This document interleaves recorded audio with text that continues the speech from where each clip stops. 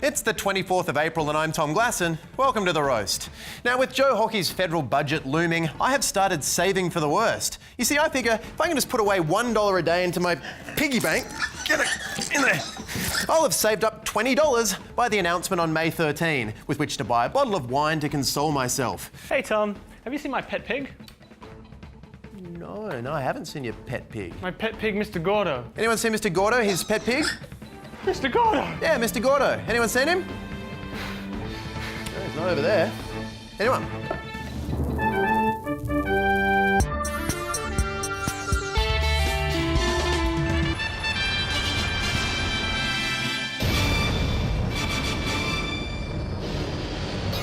Mate, it was an honest mistake. Tonight on the... I want that dollar back. Tonight on The Roast, Treasurer Joe Hockey foreshadows heavy cuts to the budget and we take a look at ANZAC Day. But first, Mark Humphries has the headlines. Apple, the tech company where any 20-something in a blue shirt is a genius, has announced its progress on green energy targets. Apple CEO Tim Cook, seen here not being Steve Jobs, has narrated a pretty spiffy video about the company's green initiatives, with reports that 94% of Apple's corporate facilities are now powered by renewable energy. The other 6%, of course, are powered by the crushed spirits of Chinese factory workers. But the company still has a long way to go with reducing their emissions. Apple said its carbon footprint in 2013 was 33.8 million metric tonnes of greenhouse gas emissions, around 3/4 from manufacturing. It's believed a lot of the remaining quarter came from Gary encoding. William Shakespeare, the man whose plays have confused more high school students than puberty, had his birthday this week. Good thing we're Facebook friends or I would have forgotten. Shakespeare would have been 450 this week, and I believe we have an artist's impression of how he might have looked today. Shakespeare, of course, is responsible for some of the most memorable phrases in all of literature. Who could forget "to be or not to be"? Now is the winter of our discontent. And of course, no man's pie is freed from his ambitious finger. 450 years later, and I still know exactly what he means. For The Roast, I'm Mark Humphries. Thank you, Mark. I hope it wasn't a Titus Andronicus pie. First up tonight, Treasurer Joe Hockey has foreshadowed deep cuts and tough measures ahead of next month's federal budget. He made the announcements yesterday during a speech entitled "Making the Case for Change," which is a blatant rip-off of my instructional YouTube video on how to sew your own coin pouch. And then all you have to do is thread the cord through old Mr. Gappity here, and hey presto, you've got yourself a nifty little case for change. You can fit the whole sinking economy into that tiny case. And Mr. Hockey's message of austerity was not warmly received by the live audience, who, for some reason, rejected his ideas about responsible spending and hard budgetary cuts as he sat in front of a giant golden Chesterfield throne. Plus, the message was a stern one. Mr. Hockey says the report makes it clear the nation has a serious spending problem and recommends substantial spending restraint. Actually, I think we have footage of the Prime Minister displaying some of that spending restraint. But with the budget still a month away, I want to know now, what's in it for me? So if Australians ask themselves of the budget in May, what's in it for me?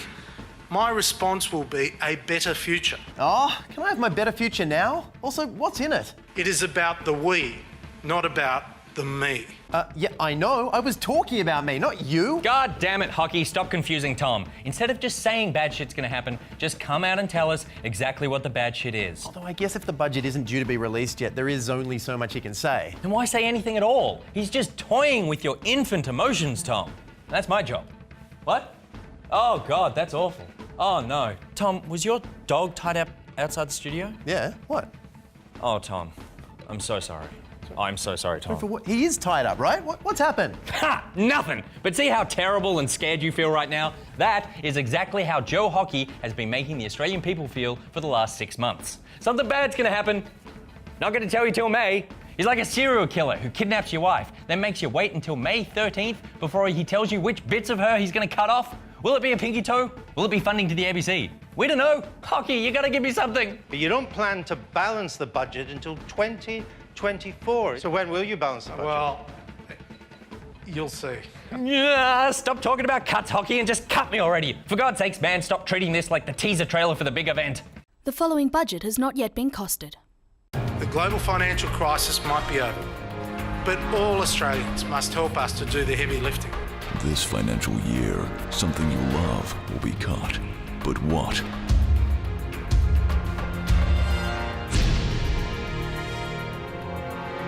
And even before it's been released, it sent the critics mad. This May, in his breakout performance, Joe Hockey cuts something. The budget. Nothing is free.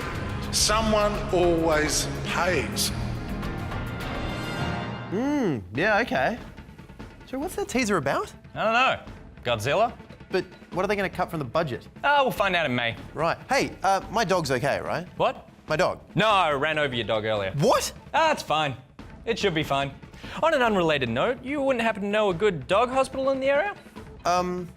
Well, speaking of things that we will soon be burying, Joe Hockey singled out old people as being the biggest drain on the economy. In Australia, between 2010 and 2050, the number of people 85 and older is expected to quadruple. Oh my God. Australia is going to be overrun by hordes of old people, and they'll be draining our economy of all the money that they've pumped into it over the last 85 years of their miserable, generous lives. And, oh no, it's Nana, and she wants more than a hug. She wants her taxes back.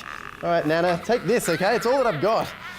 Oh God, help me, Joe Hockey. Kill the elderly like we know you want to.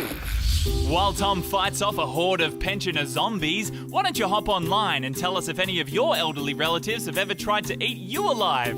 What part did they eat first? Did they take out their false teeth and just suck on your flesh? Ooh, we'd love to hear about it at The Roast TV or hashtag RoastTV. Finally, ANZAC Day is tomorrow, a day to commemorate our fallen soldiers and the one day of the year that alcohol is used to remember.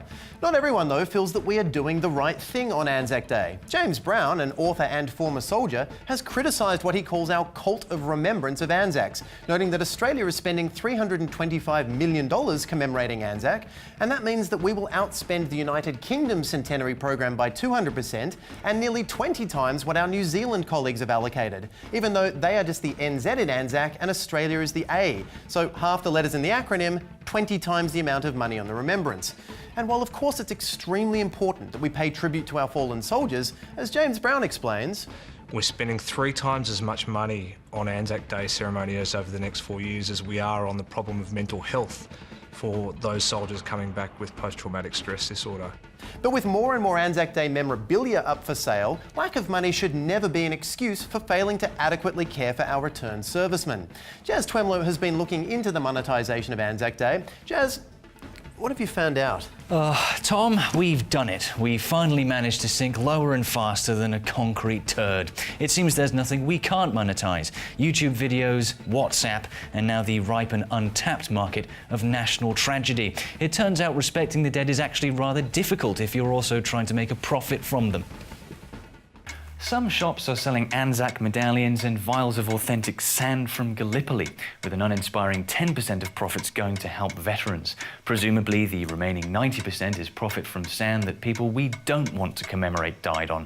Or why not buy a Lest We Forget Remembrance watch with iconic rising sun and slouch hat reproduced in shimmering gold tone, a whole 0% going to veterans. So at least its creator knew exactly what time it was when they started profiting from human tragedy. Or if you're feeling particularly tacky, a cruise is planned for 2015 to Anzac Cove that will include a concert with Daryl Braithwaite and Kate Ceberano providing onboard entertainment. Don't worry, everyone. This is actually respectful. There was a minute's silence between How's That and Kate Ceberano's smash hit Pash. It was incredibly moving. Woohoo! And what if you were wondering, how can we disrespect the dead and make alive women feel like they're not good enough? Well, you're in luck. Melbourne-based cosmetic surgery Real was running a competition asking women to complete a questionnaire rating their breasts for a chance to win a highly sought-after Anzac Day football experience for you and your bestie, and a complimentary consultation with a plastic surgeon. Hey, eyes up here, Real Cosmetics. Stop staring at my disgust. So is one of these opportunistic business ventures worse than the other? Or are they all equally the worst thing ever? I think it's fair to say back in 1915, they weren't fighting for this. Here, Tom, I brought you a pair of Anzac Double Ds. It's what the soldiers would have wanted. Oh, you think? No. But they shall not grow old, and age shall not weary them. Hell. I don't want those. Good night.